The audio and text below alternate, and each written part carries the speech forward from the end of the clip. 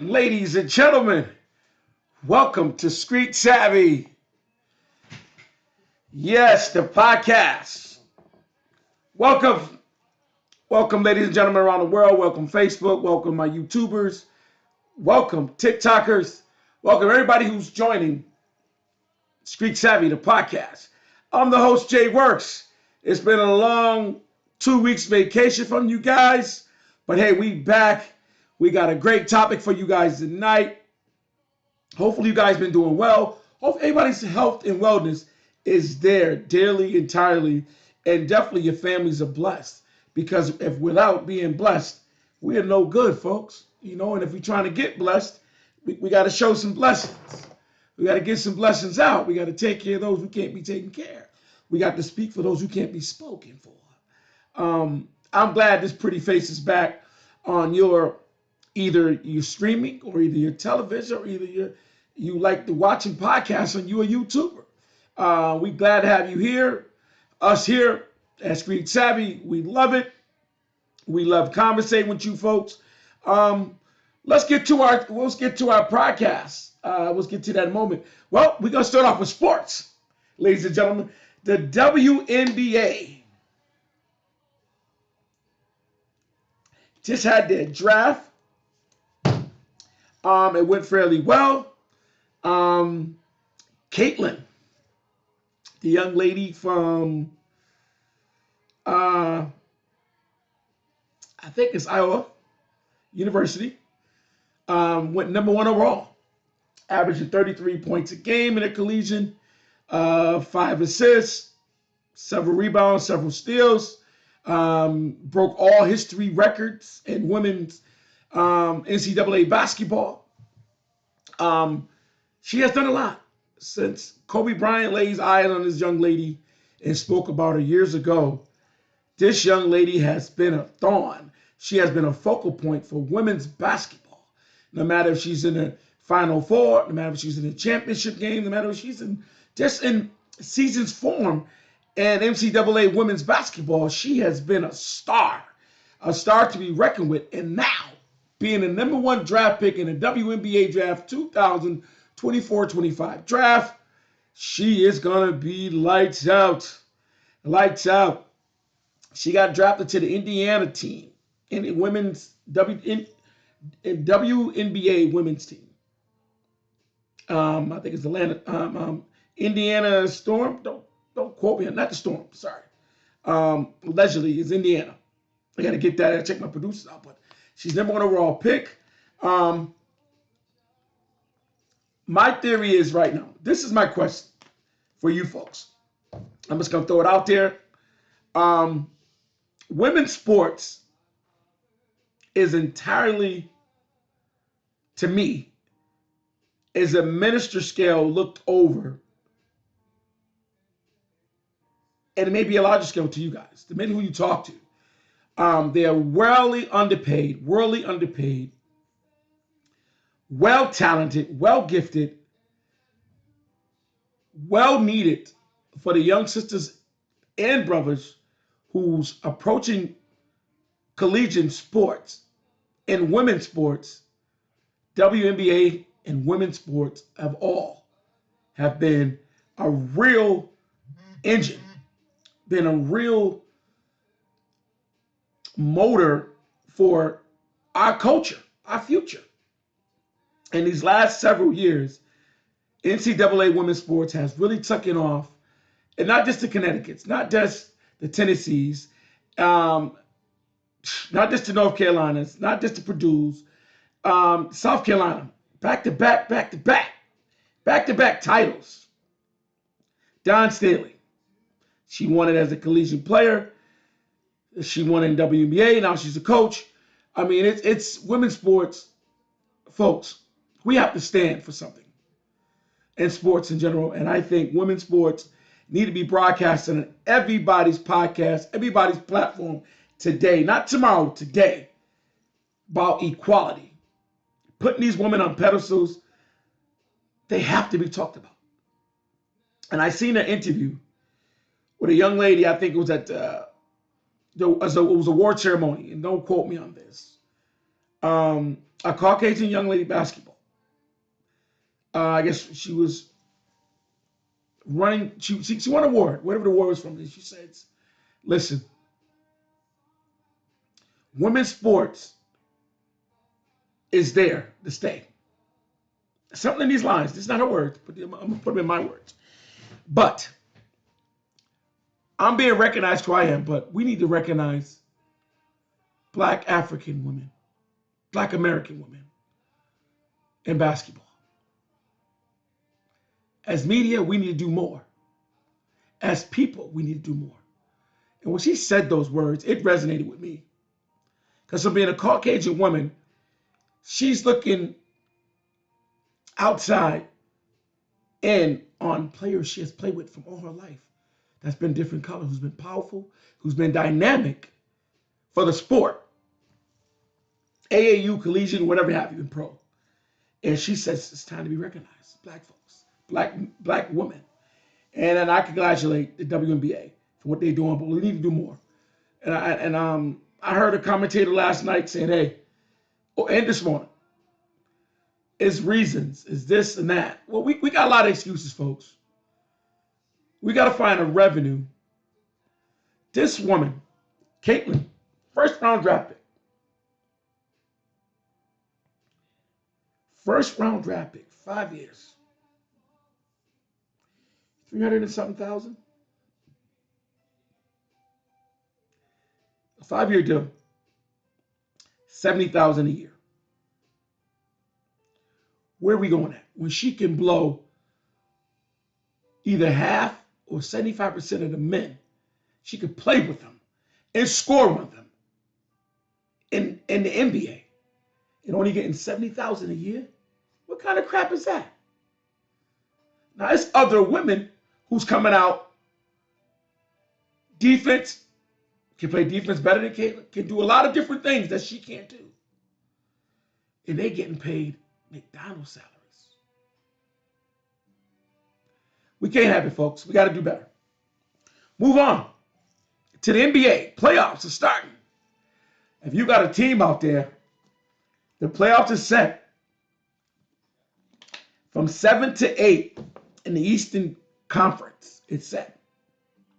A play-in game tonight, I think between Chicago and Miami. To see who faces the Boston Celtics in the 8th seed. So, let's go, folks. And then the Western Conference. Those guys in the Midwest are number 1, OKC. From OKC to the guys in Denver. And it goes on down. The Western Conference is set. So your playoffs is going to be really exciting. Men and women, boys and girls this year. Hopefully your team, if you're a New York Knickerbocker fan, which they're number 2 in Eastern Conference seeding, or your Boston Celtics, which is my team, number 1 in the country. So hopefully that goes on. And in baseball, the Yankees is in rare form. Starting off the season 13-6. My Red Sox are close by, 4th or 3rd. I think 10-8. They're close by, 3rd. So, hey, baseball's in rare form. NBA and hockey, NHL is in rare form for playoffs. So check out your sports.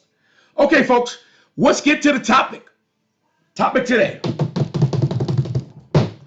Retirement. Is retirement something for you? Is it too early, too late, too soon to talk about it? Today, we're going to talk about it. Retirement. Folks, I'm going to give you my insight. I'm not even going to hold you. I'm going to get right to it. You worked hard.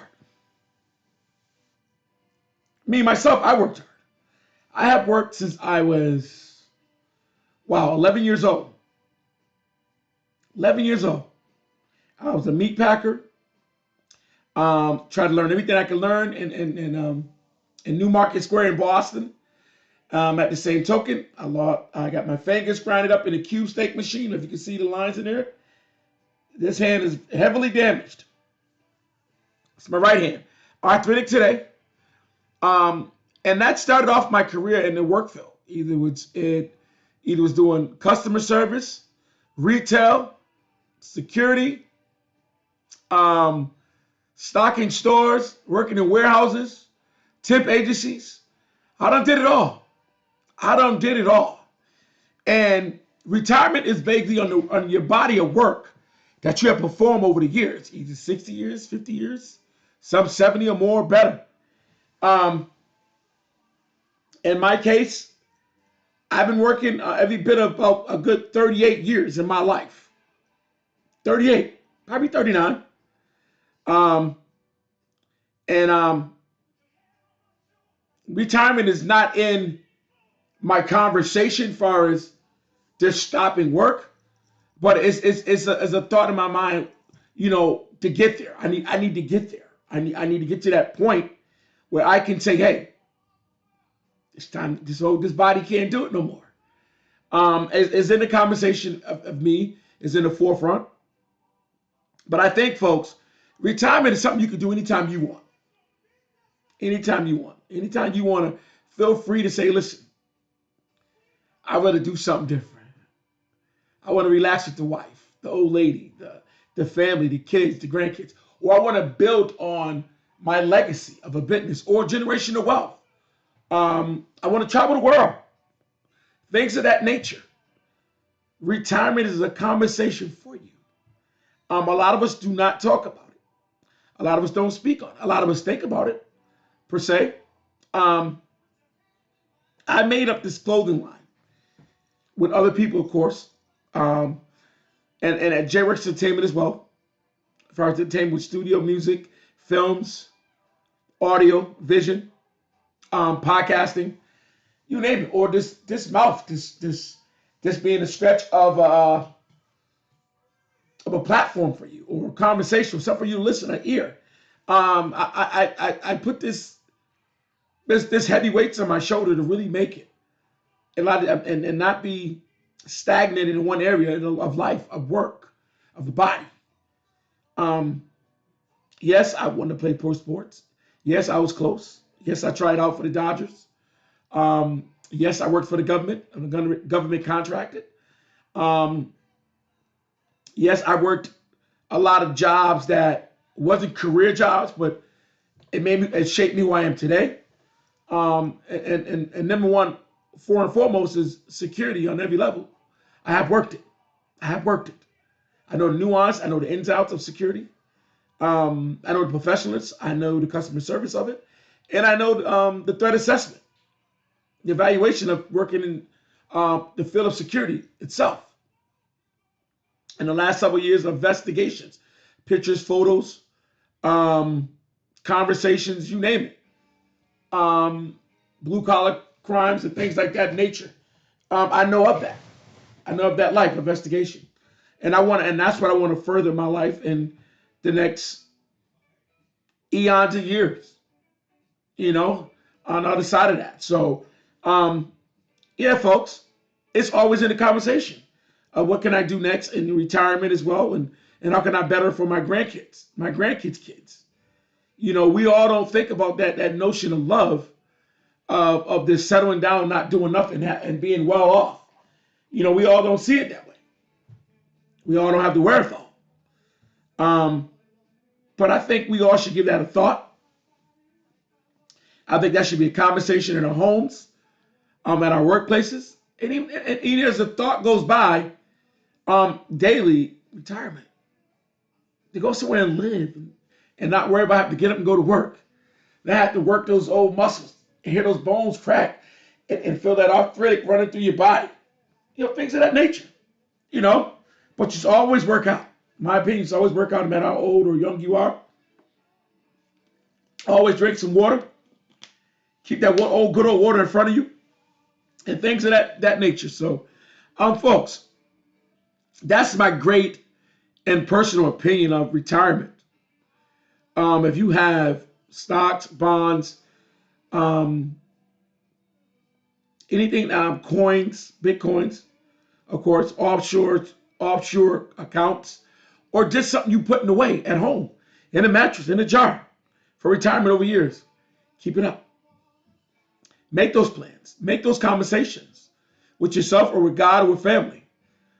Because that's your choice. You're doing it by choice. You earned it. You worked for it. You earned it. And retirement should be in your daily. So, for Street Savvy, the podcast, I'm Jay Works, the host, and I'm glad to bring you this conversation of retirement. It's never too early. It's never too soon. It's never too late. America, I hope you enjoyed the conversation with me, Jay Works, here in upstate New York at Jay Works Studio. Stay tuned. We got other shows and other podcast moments for you, my great viewers. God bless.